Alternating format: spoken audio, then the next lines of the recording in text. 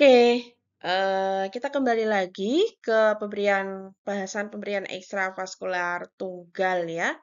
Kita tadi stop di contoh soal, pembahasan contoh soal. Ini saya buatkan sesi keduanya, yaitu pembahasan contoh soalnya. Oke, next, go to the next slide ya. Oke, di sini kita ulangi lagi, tetrasiklin HCl diresepkan untuk pasien usia 28 tahun. So, ini adalah usianya, 78 kg ini adalah berat badannya. Menurut literatur, bioavailabilitas kapsul tetrasiklin HCl adalah 77%, berarti ini adalah nilai bioavailability atau F besarnya dan semua obat aktif. So, di sini ingat ada kata kunci semua obat aktif, maka nilai S-nya adalah 100% ya. Volume distribusi diketahui sekian VD ya, berarti 0,2 liter per kilogram berat badan. Anda harus ingat di sini ada kilogram berat badannya. Waktu paruh eliminasinya sekian dan MIC untuk gonorrhea adalah 25 mg per liter. Nah, MIC ini menandakan C targetnya. Nah, kita mau kadar atau konsentrasi target untuk mengatasi bakteri gonorrhea ini ya, penyebab infeksi gonorrhea ini adalah 25 mg per liter. Pertanyaannya pertama dosis maintenance, yang kedua adalah kapsul, berapa kali diminum, dan loading dose. Oke, kita lanjutkan. Nah, di sini sudah ada jawabannya. Pertama, tadi kan kita ditanyakan dosis maintenance-nya ya. Dosis maintenance-nya berapa nih? Kalau misalnya diberikan, interval pemberiannya adalah 6 jam gitu. Nah, ya nggak usah pusing-pusing. Kita hitung dulu apa namanya tuh dosis loadingnya dulu gitu ya, dosisnya dulu nih, dosis maintenance-nya. Kan tadi Bu, dosis loading itu sama dengan 2 kali dosis maintenance ya. Berarti kalau mau dosis maintenance kan tinggal dibagi aja gitu ya, setengah dari dosis loadingnya. Ya nggak bisa, karena kita nggak tahu dosis loadingnya berapa. Kita cuma punya data bioavailabilitas, kita cuma punya data dosis, kita cuma punya data S-nya, K-nya, VD, dan taunya, sama CAV-nya. CAV itu ya yang C target tadi. Ingat yang di pembahasan sesi 1 tadi, yang C target itu sama juga dengan kadar obat tunaknya gitu ya, kadar tunak rata-rata obat tunak dan atau kadar average-nya gitu ya. Maka yang yang angka 35 mg per liter itu adalah kadar target gitu ya, atau kadar rata-ratanya, kadar tunak rata-rata. Maka kita tinggal hitung dosisnya saja. Nah, Bu, berarti dosis apa namanya tuh, dosis 0 di sini itu dosis O, ini D0 gitu ya. Itu adalah dosis maintenance, betul. Jadi di persamaan ini yang dinamakan D0 ini ya, D0 ini adalah dosis maintenance gitu. Maka tinggal kita kalikan, 35 kita masukkan, F-nya tadi 77%, 0,77, dikali dengan dosis maintenance-nya kita nggak tahu, ini saya tulis begini aja deh ya. F sama dengan dikali DM, nah boleh seperti ini, sama ya. Ini dalam rangka kita menghitung dosis maintenance ya, bukan dosis lazim, bukan dosis loading, maaf. Dikali D0, dikali S-nya tadi 100%, so di sini adalah 1, dibagi K-nya tadi kita ketahui cuma T setengahnya saja 10,6, maka kita hitung dulu 0,693 dibagi 10,6, dikali VD-nya 0,2 liter per kilogram berat badan, Anda kalikan berat badan dulu 78, dikali taunya 6, dapatlah hasilnya 277,8 mg dibagi 6 jam. Jadi setiap 6 jam dosisnya 277,8 mg. Oke. Jika dosisnya adalah, ini kan 277,8 ini kan angkanya jelek ya. Gimana nih cara kita, ini kan oral kebetulan, pasti ya tablet, kapsul gitu ya. Bagaimana bisa menyiapkan 277,8 mg? Oke, kita mau bulatkan saja deh gitu ya, menjadi 250 gitu supaya ya tidak inilah tidak sulit. Jauh nggak Bu ya dari 277,8 miligram ke 250? Sebenarnya agak jauh, cuman kita harus realistis juga dengan sediaan kapsul atau sediaan oral, sediaan tablet, apapun itu yang ada di pasarannya. Nah, misalkan biasanya sih nggak ada ya tablet kapsul yang isinya 270 gitu ya. Yang ada 300 mungkin masih ada. Kalau 300 mungkin terlalu tinggi jauh ke atas. Ya udah, kita coba di yang 250. 250 dibagi setiap 6 jam berapa ya kadar rata-rata kadar tulang rata-ratanya gitu. Nah, setelah kita hitung dengan kembalikan pakai persamaan ini tadi, tapi kita menghitung average-nya, dapatlah 31,5. Sebenarnya agak tidak masuk nih ke 35 miligram per liter. Nah, tapi memang kita inginkannya kan kadar rata-ratanya 35. Set target kita adalah 35 nih untuk bisa mengatasi gonor hae. Tapi kita coba misalnya sediaannya cuma ada 250. Nah, kita kasih ternyata kadar tunak rata-ratanya 31,5 jauh di bawah. Nah, kita berikan dosis maintenance gitu ya. Dengan dosis 250 per 6 jam pasti jauh di bawah. Tapi kita lihat saja dampak klinisnya ke pasien gimana gitu. Tapi secara teori, secara farmakokinetik klinik ini jauh di bawah gitu.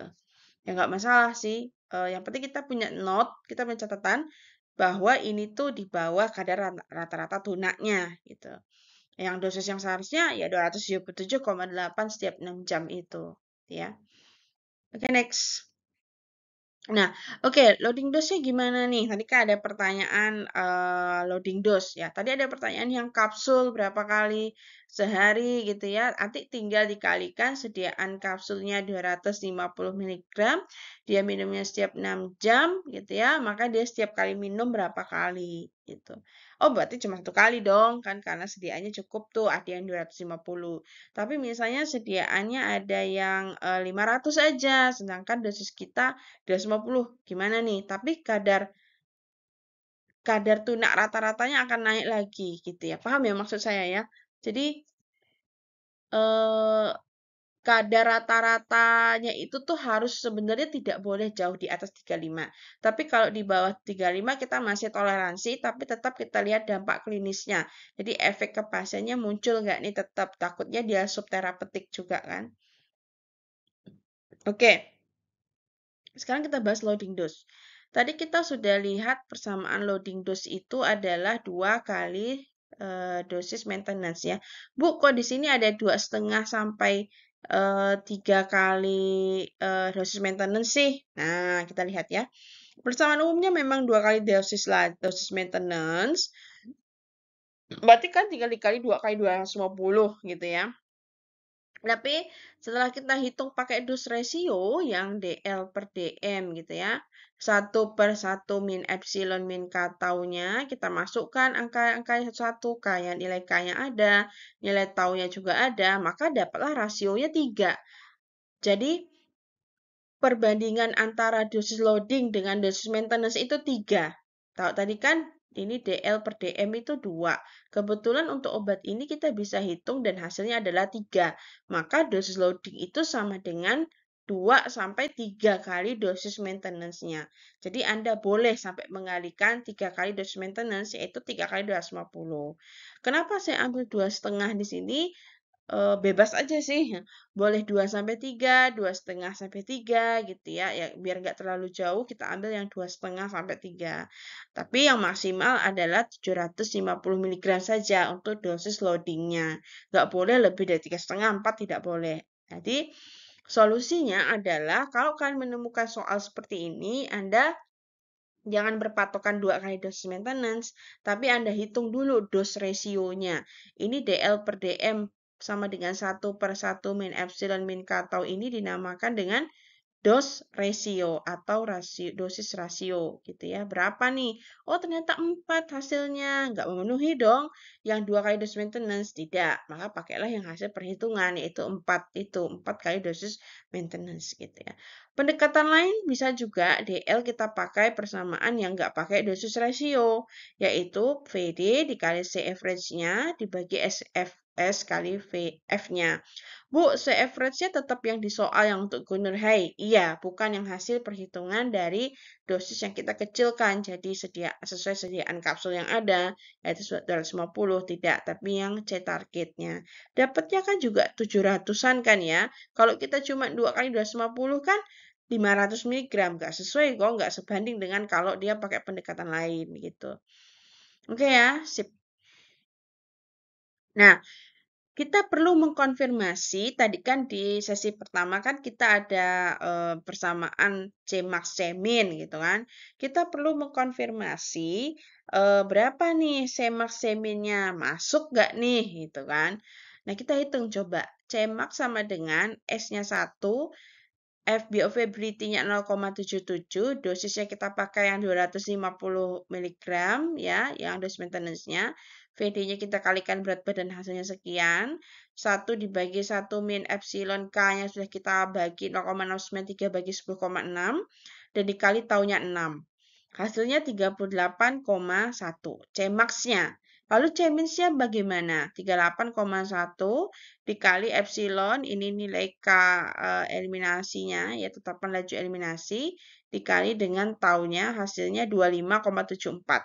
Maka 25,74 sampai dengan 38,1. Nah, hasil kita tadi kan C average yang kita pakai 250 mg tadi 31,5. Oh, 31,5 masih masuk sini dong. Masih. Kalau yang Gunur High tadi 35 masih masuk juga. Setelah kita turunkan dosisnya tadi, yang kita pakai kapsul sediaan 250 mg tiap 6 jam, C average-nya 31. Oh, berarti masih masuk dong ke dalam rentang C-max dan C-min. Nah, tadi yang saya katakan, yang penting dampak klinisnya ke pasien bagaimana. Kita takutkan dia subterapeutik. Supaya meyakinkan kita perlu hitung C-max dan C-min. Nah, sudah terjawab ya. Tadi pasti Anda bertanya-tanya, kok targetnya 35, tapi kok hasil perhitungannya walaupun kita sesuaikan dengan sediaan kapsul, kita maunya kok jadi turun 31, jauh turun, tetapi C-max dan C-min-nya setelah kita konfirmasi sudah terjawab, yaitu masih masuk kok rentangnya yang C average 31,5 tadi yang dengan dosis maintenance-nya 250 mg saja setiap 6 jam. Jadi harusnya sih tidak berdampak toksik atau terapeutik, artinya baik-baik saja karena masih masuk range C-min dan C-max-nya. Tetapi kalau mau idealnya ya sesuai masuk ke rentang ke kadar tunak rata-rata 35 mg per liter, kita harus pakai dosis hasil perhitungan yaitu 277, sekian tadi. Ya, kita kan harus realistis menyesuaikan dengan sediaan kapsul di pasaran yang ada gitu ya. Oke. Terjawab ya. So, kita hitung tadi sudah menghitung dosis maintenance-nya, kita hitung loading dose-nya, kita menyesuaikan dengan yang ada di pasaran, dan kita konfirmasi lagi dengan menghitung C-max dan C-min seperti yang di layar ini untuk memastikan bahwa kadar rata-rata dari dosis yang kita sajikan yang sudah kita sesuaikan dengan sediaan yang ada di pasaran itu kadar tunak rata-rata atau C average-nya ini ya, nilai CAV-nya ini masih masuk ke dalam rentang C-min dan C-max-nya. Karena bagaimanapun nilai C-min C-max juga menandakan nilai apa namanya? Rentang terapeutiknya gitu ya, rentang terapeutiknya berapa nih gitu. Oke, demikian